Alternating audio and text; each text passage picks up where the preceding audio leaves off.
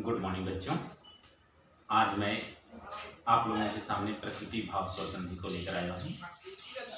प्रकृति भाव स्वर संधि ये जो होता है वो नित्य रूप से वैसी की वैसी ही रहता है, उसमें कोई परिवर्तन नहीं होता है। मैं पिछले वीडियो में आप लोगों को स्वर संधि के बहुत सारे प्रकार 7 प्रकार पढ़ाया हूँ। क्या क्या पढ़ाया हूँ? दीर्घ, वृद्धि, दीर्घ गुण, वृद्धि, यण, अयादि, पूर्व रूप, पर रूप और ही अंतिम स्वर और अंतिम संधि है प्रकृति भाव स्वर संधि। तो आइए देखते हैं, प्रकृति भाव स्वर संधि का मतलब ही होता है कि उसमें कोई परिवर्तन नहीं होता है, वो जैसा का तैसा रहता है। तो हम प्रकृति भाव स्वर संधि है ऐसे हम कैसे जानेंगे, हम उसको कैसे पहचान पाएंगे कि ये प्रकृति भाव संधि है? जिस प्रकार से हम दीर्घ स्वर संधि को जानते थे कि जहां आ होता है या ई होता है या उ होता है वहां दीर्घ स्वर होता है, तो हम प्रकृति भाव स्वर संधि को हम कैसे जानेंगे कि ये प्रकृति भाव स्वर संधि है? तो आइए देखते हैं कि प्रकृति भाव स्वर संधि को पहचानने का ट्रिक क्या होता है, उसको बनाने का ट्रिक क्या होता है। आइए देखते हैं। तो प्रकृति भाव को 2 भागों में बांटा गया है, एक तो प्लुप्त प्रकृति भाव और एक होता है प्रक्रिया प्रकृति भाव संधि। तो इसको 2 भागों में डिवाइड किया गया है। अब इसमें जब 2 भागों में डिवाइड किया है तो इसका सूत्र क्या है? प्लुप्त प्रक्रिया अचिनित्यम। प्लुप्त प्रक्रिया अचिनित्यम। प्लुप्त प्रक्रिया अचिनित्यम का मतलब ये होता है कि जहां प्लुप्त और प्रक्रिया हो, जहां प्लुप्त और प्रक्रिया हो और उसके बाद अच हो यानी स्वर हो, प्लुप्त और प्रक्रिया के बाद अच हो यानी स्वर हो, वो नित्य रूप से वहां ही व्यवस्थित रहता है, उसमें कोई परिवर्तन नहीं होता है। इसी को बोलते हैं प्रकृति भाव स्वर संधि। अब आइए देखते हैं। तो पहले आता है प्लुप्त प्लुप्त प्रकृति भाव संधि। तो प्लुप्त प्रकृति भाव संधि का मतलब क्या होता है? मैं आप लोगों को ये भी बताया था कि स्वर को 3 भागों में बांटा गया है, एक ह्रस्व, दीर्घ और प्लुप्त। जो ह्रस्व एक मात्रिक होता है, दीर्घ द्विमात्रिक होता है और प्लुप्त त्रिमात्रिक होता है। तो उसको हम पहचानने का तरीका क्या है? जैसे कोई भी हम ले लेते हैं, जैसे राम, और ऐसे जहां 3 लिख दिया जाता है, राम के बाद यदि 3 लिख दिया गया है तो वहां क्या होता है? प्लुप्त है, वहां क्या होती है? प्लुप्त। अब हमको ये जानना है कि प्लुप्त संधि में क्या होता है। तो ये जो प्लुप्त देवनागरी लिपि में जहां कोई भी स्वर के बाद यदि 3 लिख दिया जाता है, देवनागरी लिपि में जहां स्वर के बाद 3 लिख दिया जाता है वहां क्या होता है? प्लुप्त होता है। क्या होती है? प्लुप्त होती है। और जहां प्रगृह्य एक संज्ञा है, क्या है? संज्ञा है। जैसे टी संज्ञा होता है, नदी संज्ञा होता है, वैसी ही एक प्रगृह्य एक संज्ञा है। तो प्रगृह्य संज्ञा में दीर्घ ई, दीर्घ उ और ए होता है, और वो हमेशा क्या होनी चाहिए? द्विवचन में होनी चाहिए, वहां प्रगृह्य होता है। तो आइए देखते हैं। सबसे पहले इसके नियम क्या बोलते हैं? प्लुप्त और प्रगृह्य के आगे, प्लुप्त और प्रगृह्य के आगे, अर्थात प्लुप्त स्वर और प्रगृह्य संज्ञा के आगे क्या होनी चाहिए? अच होनी चाहिए, अर्थात स्वर होनी चाहिए के रहने पर नित्य रूप से प्रकृति भाव होता है। अर्थात प्लुप्त और प्रगृह्य के बाद कोई भी स्वर हो, वो वहां हमेशा नित्य रूप से प्रकृति भाव रहता है, उसमें कोई भी परिवर्तन नहीं होता है। तो ये होता है प्लुप्त और प्रगृह्य अर्थात प्रकृति भाव स्वर संधि। आइए देखते हैं, कुछ उदाहरण देखते हैं। यहां उदाहरण दिया है। सबसे पहले मैं प्लुप्त प्रकृति भाव संधि का उदाहरण दे रहा हूं। जैसे आगच्छ राम, अत्रास्ति सीता। अब देखिए यहां आगच्छ राम अत्रा अस्ति सीता। प्लुप्त स्वर को कब प्रयोग करेंगे?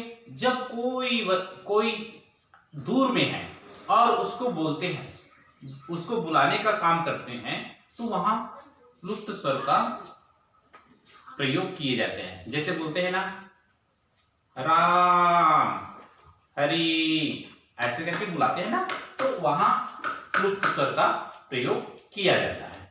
तो ये देखिए हमको इसको दो भागों में डिवाइड कर देना है। क्या क्या? अब देखिए आगच्छ राम, राम 3 और अत्र अस्ति सीता।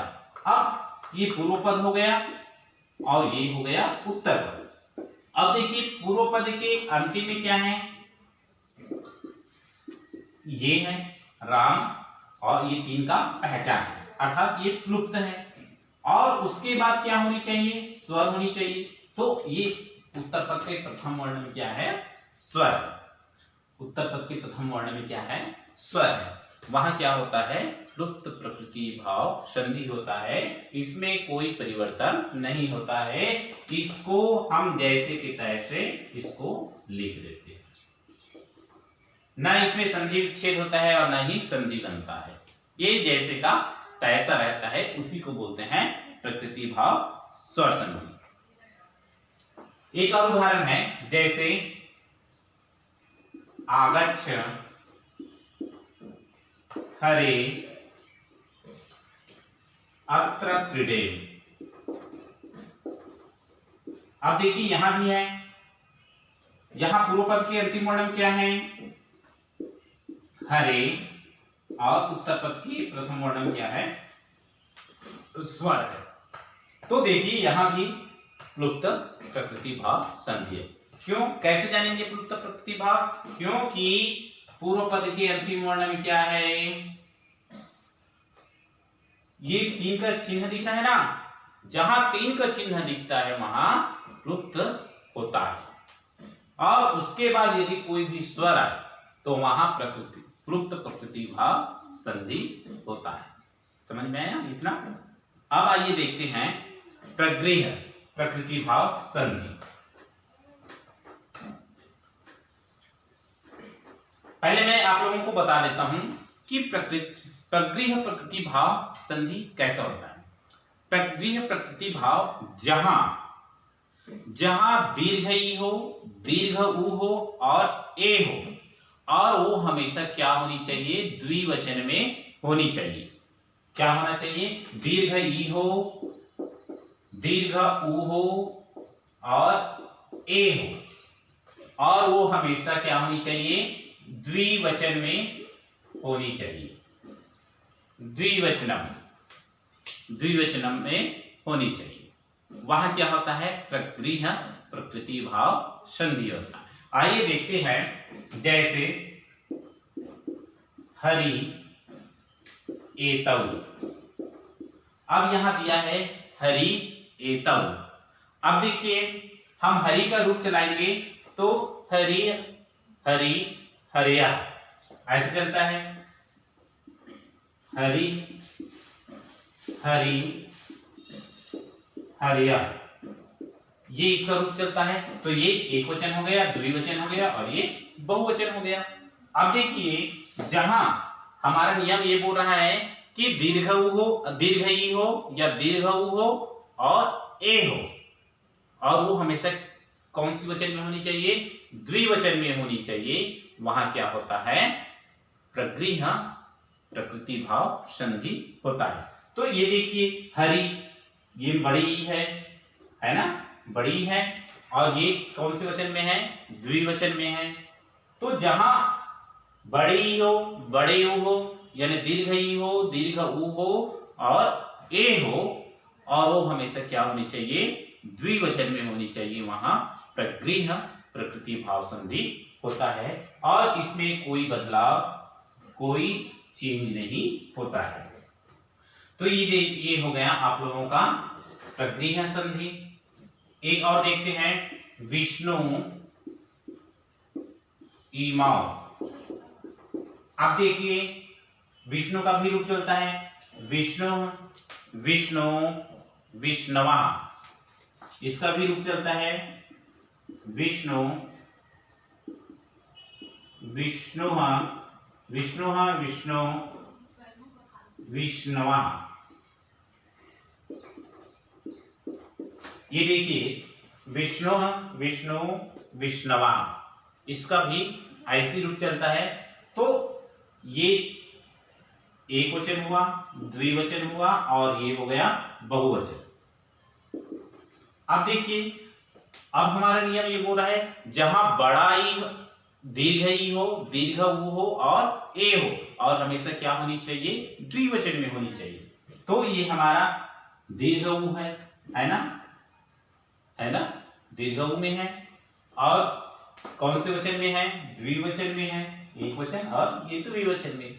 तो जहां दीर्घ ई हो, दीर्घ ऊ हो और ए हो, और वो हमेशा क्या होनी चाहिए, द्विवचन में होनी चाहिए, वहां प्रकृति भाव स्वर संधि अर्थात प्रगृह्य प्रकृति भाव स्वर संधि होता है। तो मैंने अभी आप लोगों को प्रकृति भाव स्वर संधि को बताया हूं। क्या क्या संधि बताया हूं, एक प्लुप्त और एक प्रगृह्य। तो ये दोनों जो आता है वो प्रकृति भाव स्वर संधि में आता है। प्लुप्त में मैं क्या बताया था, जहां तीन का पहचान होता है, जहां तीन लिखा होता है और उसके बाद अच होनी चाहिए अर्थात स्वर होनी चाहिए, वहां प्लुप्त प्रकृति भाव संधि होता है। और जहां दीर्घ ई, दीर्घ ऊ और ए हो, और वो हमेशा क्या होनी चाहिए, द्विवचन में होनी चाहिए, वहां प्रगृह्य प्रकृति भाव संधि में रहता है। और इसमें कोई परिवर्तन, चेंज नहीं होता है, वो जैसा का तैसा, नित्यम अचिनित्यम, वो हमेशा स्थिर ही रहता है, उसमें कोई परिवर्तन नहीं होता है, वहां प्रकृति भाव संधि होता है। तो आशा करता हूं इस वीडियो के माध्यम से प्रकृति भाव स्वर संधि को आप लोगों को समझ में आया होगा। जहां समझ में नहीं आया होगा वहां आप लोग पूछ सकते हो। बस इन्हीं भावनाओं के साथ ये आपका स्वर संधि का पूरा टॉपिक खत्म हो गया। कल हम आप पढ़ेंगे व्यंजन संधि को। व्यंजन संधि को भी 4 भागों में डिवाइड किया है, उसको हम लोग बताएंगे और समझने का प्रयास करेंगे। नमस्कार।